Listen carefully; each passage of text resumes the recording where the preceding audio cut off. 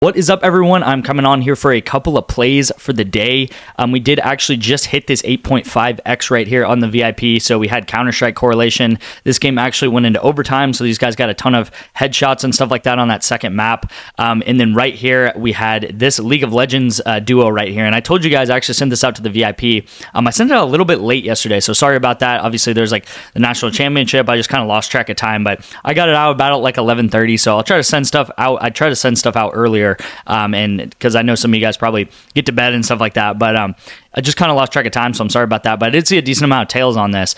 This was extremely correlated, and I really, really like this here. We have the mid and bot laner of one team to go over kills. You can see they got close to 40 kills right here. And then you have the bot laner on the opposite team, so pretty much the team that they're playing, to go over deaths, okay? So you have one team getting a lot of kills, and then you have the other team, if they're losing the game and they're the ones getting killed, they're obviously going to have deaths, right? So that's very correlated together. You can see here, all of these pretty much went way over their lines, and nothing was really that close to even not hitting. So we did hit this. We hit this one on Sleeper right here with a big pick on sale. He needed 0.5 yards. He got that pretty easy. And then what else was there? So I told you guys yesterday there was a lot of setups. They honestly were unfortunate circumstances. Right here, these two guys ended up DMPing, so they did not participate. I guess they put like all their backups in because they weren't playing a very good team. The backups ended up getting like 80 passes each, okay, in these positions. So these guys' lines were, this guy was 70, this guy was like 56. The backups ended up getting like 80 or 90 passes. So these guys for sure would have hit because they're the starters, but they ended up getting pulled, or they ended up just not playing in the game. I don't know why Chelsea ended up doing that, but that sucks there. We're also set up for today. This is happening in like 20 minutes. And you can see all of these 3 out of 4s. I mean, we had one of those days, one of those setup days where we could have went up easily 30 or 40 units, and had one of those days where we just talk about it for a month straight, right? Unfortunately, that did not happen. We had so many 3 out of 4s happen. Probably the closest ones were these college football ones here, where I had Will Howard, if I can move some of this away here, trying to show you guys and just, be super transparent. But Will Howard right here, he missed by 15 pass yards right here. So that's extremely unfortunate. If he got 15 more pass yards, this would have hit. And then this was actually the play yesterday. This is probably the one that hurt the most, you guys.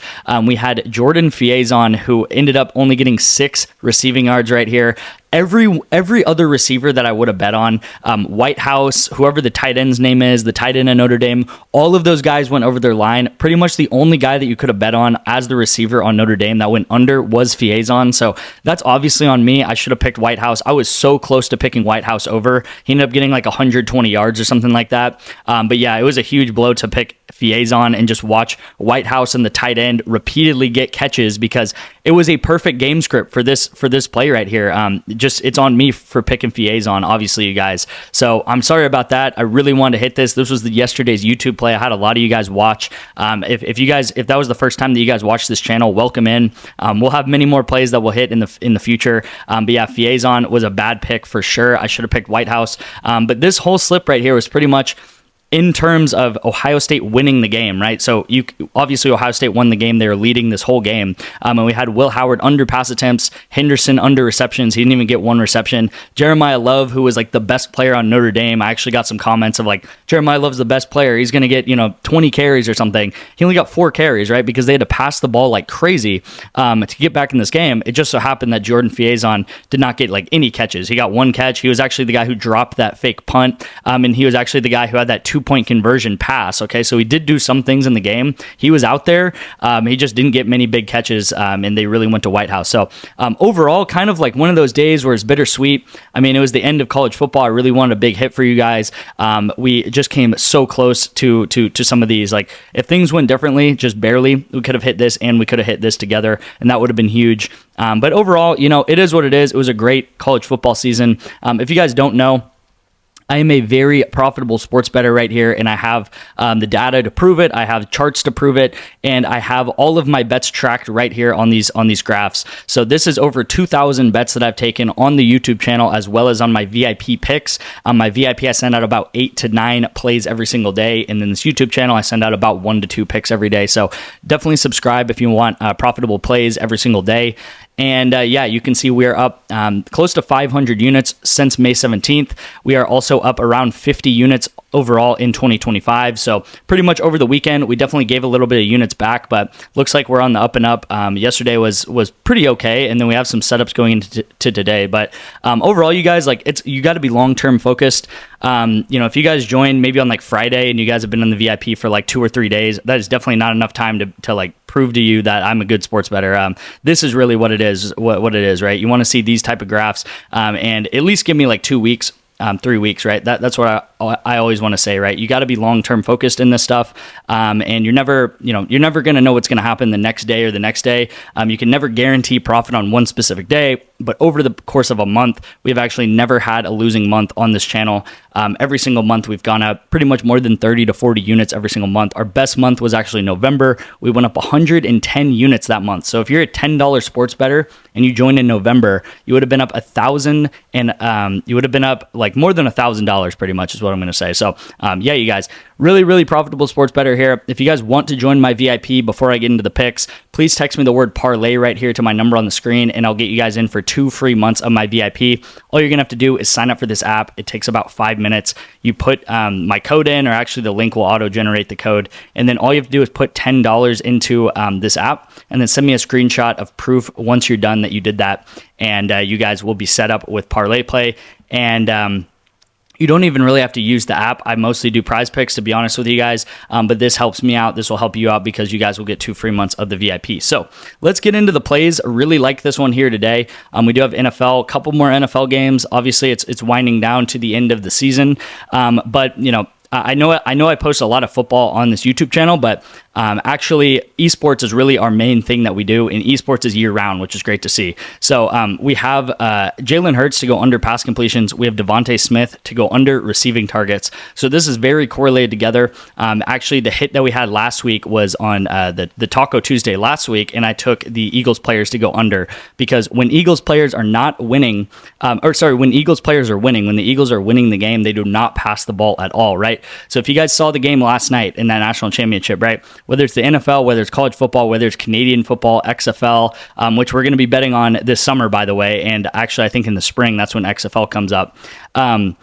Football is football, right? No matter it's college, NFL, it's football, right? When a team is leading the game, they run the ball. When a team is behind, they pass the ball. So Notre Dame, obviously, last night was behind. They passed the ball like crazy, even though they're a very run-heavy team.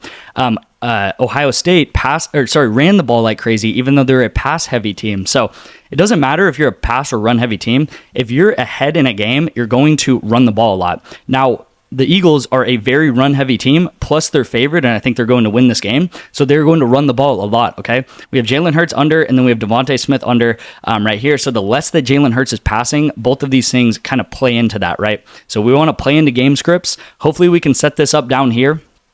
If we set this up down here, then we'll have to wait till Sunday, but that's completely fine. It's okay to wait for good things, you guys. And then we do have this down here. We have Counter-Strike. We have this guy Cassian right here, and then short, and I'm taking them under. How Counter-Strike works, this is an absolute mess, but this is a good play to show right here. So I mentioned this play that we just hit today, Sarah and Alex right here. We had the overs, and this game ended up going into overtime, okay? So more rounds, if the game is a very long game, if it's hard to determine the winner, if it goes into overtime, stuff like that, that's going to mean more kills because there's more rounds in those games, right? There's more rounds to determine the winners. Now, sometimes in Counter-Strike, the opposite happens, and one team absolutely dominates the game, they blow the other team out of the water, and the under should hit, okay? Because less rounds equals less kills, more rounds equals more kills, right? So if it is a shorter game, both of these guys down here would benefit from a short game, and they should go under their headshot total. Now, if it's a long game, then both of these guys would, I guess in this case, not benefit from it, and they would go over their headshot total. So the game is really what we're thinking about here. If it's a long game, if it's a short game, that's going to mean less kills or more kills. And then right here, we pretty much need the Eagles to win. So instead of 4 separate things needing to happen, you guys, like if you just picked 4 random sports, right, on 4 random games happening across the United States, that would not be correlated at all because they're completely different sports. They're completely different games. But right here, we just need the Eagles to be winning. They're going to run the ball a lot. They're not going to pass. And then we need a short game to happen down here, right? So these are really good plays. And pretty much instead of a 4-man, we're thinking of it as a 2-man, right? We just need Eagles win, and then we need a short game down here. And these things should fall into place, right? Again, they don't do that every single time. Sometimes 3 out of 4s happen and stuff like that. But this is the betting strategy we use. It's called correlation. And again, this is pretty much the profit that we have done over 2,000 bets, right? So the data speaks for itself, right?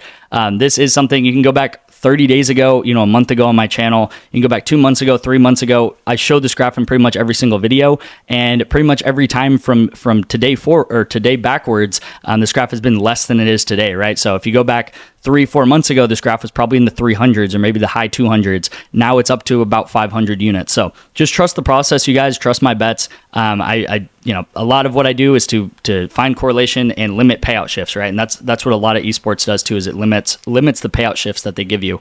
So Taco Tuesday is today. This is actually not correlated. This is a good example of something that's not correlated, right? It's 2 separate teams playing in separate cities, completely, separate lines, everything, right?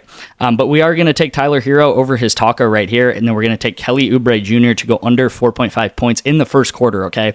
So you need to find it at the top of the Prizepicks app. Make sure that you have NBA 1Q or Q1, something like that. That's how you get the first quarter entries. And then I'm taking Kelly Oubre under 4.5. He hasn't done this in the past 5 of his 5 last games. Also, I really like when it's like a 4.5 because this is pretty much meaning that he's going to need 3 field goals, okay? Obviously, they're 2-pointers in basketball, so he's going to either need 3 2-pointers or he's going to need like a 2 2-pointers and a free throw, or he's going to need a 3-pointer and a 2-pointer, okay? So he's going to have to get a lot of things to happen for him to get 5 points. If this was at 4 or even 3.5, I would obviously like it a lot less because that's going to mean that just 2 shots and he would be able to get this. This pretty much means he needs to make 3 shots in some way, shape, or form to get this in the first quarter alone. So this I really like on Taco Tuesday. I'm going to have more of these to you guys on the VIP and the free plays. Again, text me the word parlay if you want to get into the VIP. It should take you guys like 5 minutes. Thank you guys so much for watching, and I'll see you in tomorrow's video.